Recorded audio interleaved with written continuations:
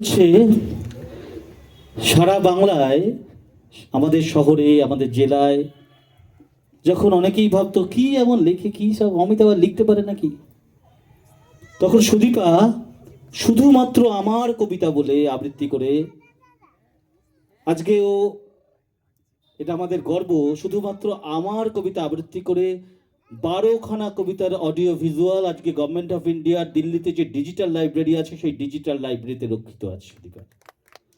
তার মধ্যে একটি কবিতার সঙ্গে অন্তরার গানও আছে, 22শে শ্রাবণ, সেটিও ডিজিটাল লাইব্রেরিতে রক্ষিত আছে।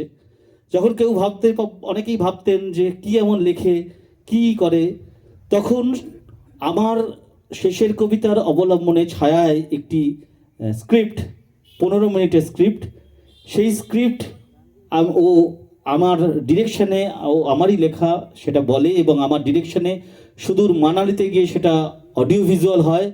এবং সেই অডিও ভিজুয়াল, এটা আমার খুব গর্ব যে ইন্টারন্যাশনালি, আপনারা জানেন জার্মানিতে টেগর রিসার্চ ইনস্টিটিউট আছে, সেই টেগর রিসার্চ ইনস্টিটিউট প্রতি বছর যে সারা বিশ্বে রবীন্দ্রনাথকে নিয়ে কি কি কাজ হচ্ছে তার উপরে একটা প্রতিযোগিতা করেন, এবং তার 12টি পর্ব আছে।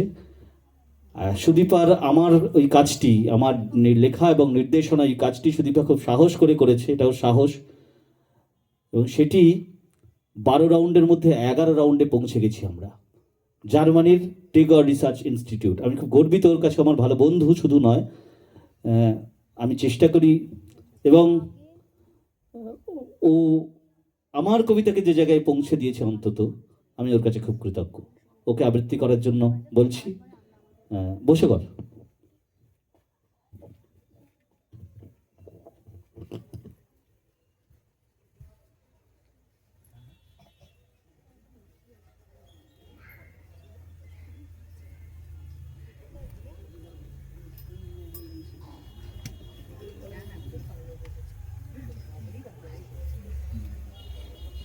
আচ্ছা, এরপরে তোমাদের গান বলে দেবো।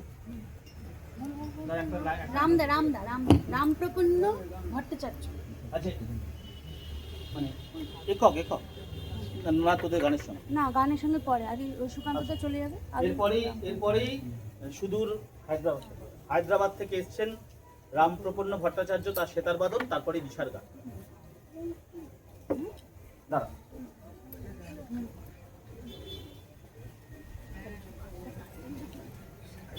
অনুষ্ঠানের শুরুতে প্রণাম জানাই বিশ্বকবি রবীন্দ্রনাথ ঠাকুরকে এবং উপস্থিত সকল গুণীজনকে আমার সশ্রদ্ধ প্রণাম, এবং দিশা সাংস্কৃতিক সংস্থা, তার প্রতি আমার কৃতজ্ঞতা আরেকটু বেশি করে হয়ে গেল।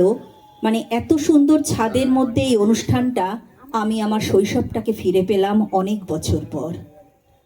যেহেতু রবীন্দ্রনাথের জন্মদিন উপলক্ষে আজকে আমাদের এই অনুষ্ঠান, অবশ্যই প্রথমে রবীন্দ্রনাথ, এরপরে আমার বন্ধু কবি অমিতের একটি কবিতা আমি পাঠ করব। কবিগুরু রবীন্দ্রনাথ ঠাকুরের লেখা আমি। আমারই চেতনার রঙে পান্না হলো সবুজ, চুনি উঠল রাঙা হয়ে, আমি চোখ মেললুম আকাশে, জ্বলে উঠল আলো পূবে পশ্চিমে, গোলাপের দিকে চেয়ে বললুম সুন্দর সুন্দর হলো সে। তুমি বলবে এ যে তত্ত্ব কথা, এ কবির বাণী নয়। আমি বলবো এ সত্য, তাই এ কাব্য। এ আমার অহংকার, অহংকার সমস্ত মানুষের হয়ে, মানুষের অহংকার পটেই বিশ্বকর্মার বিশ্বশিল্প। তত্ত্বজ্ঞানী জপ করছে নিঃশ্বাসে প্রশ্বাসে, না না না, না পান্না, না চুনি, না আলো, না গোলাপ, না আমি, না তুমি। ওদিকে অসীম যিনি, তিনি স্বয়ং করেছেন সাধনা মানুষের সীমানায়, তাকেই বলে আমি। সেই আমির গহনে আলো আধারের ঘটল সঙ্গম, দেখা দিল রূপ, জেগে উঠল রস। না, কখন ফুটে উঠে হলো হাঁ, মায়ার মন্ত্রে, রেখায় রঙে, সুখে দুঃখে। একে বলো না তত্ত্ব, আমার মন হয়েছে পুলকিত। বিশ্ব আমির রচনার আসরে, হাতে নিয়ে তুলি, পাত্রে নিয়ে রং। পণ্ডিত বলছেন, বুড়ো চন্দ্রটা নিষ্ঠুর, চতুর হাসি তার। মৃত্যু দূতের মতো গুড়ি মেরে আসছে সে পৃথিবীর পাঁজরের কাছে। একদিন দেবে চরম টান তার সাগরে পর্বতে। মর্তলোকে মহাকালের নূতন খাতায় পাতা জুড়ে নামবে একটা শূন্য, গিলে ফেলবে দিন রাতের জবা খরচ। মানুষের কীর্তি হারাবে অমরতার ভান, তার ইতিহাসে লেপে দেবে অনন্ত রাত্রির কালি। মানুষের যাবার দিনের চোখ বিশ্ব থেকে নিকিয়ে নেবে রং, মানুষের যাবার দিনের চোখ ছিনিয়ে নেবে রস। শক্তির কম্পন চলবে আকাশে আকাশে, জ্বলবে না কোথাও আলো। বিনাহীন সভায় যন্ত্রীর আঙুল নাচবে, বাজবে না সুর।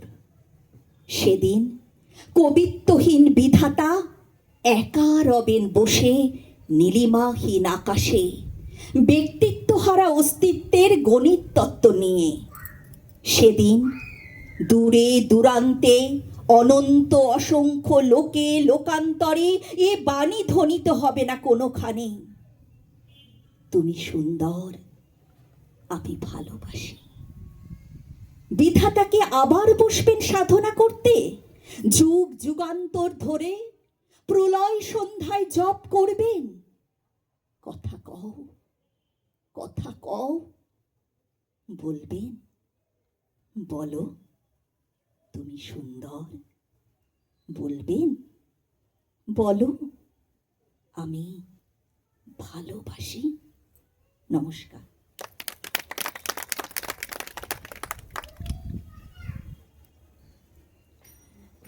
এর পরের কবিতাটি আমার বন্ধু কবি অমিতের লেখা। এটা একদম সদ্য নতুন আর কি ও লিখেছে, তো সেই জন্য আমার এখনো অবধি মুখস্থ হয়নি বলে আমি একটু দেখেই পাঠ করছি। কবিতার নাম 25শে বৈশাখ। সমস্ত আকাশ জুড়ে পাখির গুজন, একটা গোটা নদী যেন টইটুম্বুর এখনই উপচে পড়বে।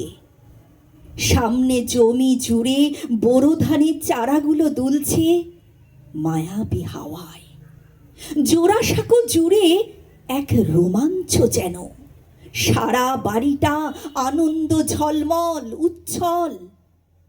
দেবেন্দ্রনাথ আর সারদা দেবী এর আগেও 13 সন্তানের জন্ম দিয়েছেন। 14তম আসবেন এবার। শিশুটি এলো, তার প্রথম কান্নার সঙ্গে যেন এই বিশ্বের সমস্ত প্রেমের হাসি মিশেছিল, জগতের সমস্ত কান্নার রিয়েলিটি। 80 বছর পেরিয়ে আজও সেই কান্না আর সেই প্রেম বয়ে চলেছে আবহ জুড়ে, এবং গঠিত হয়েছে একটি সংস্কৃতির, যার নাম ভারতবর্ষ। নমস্কার।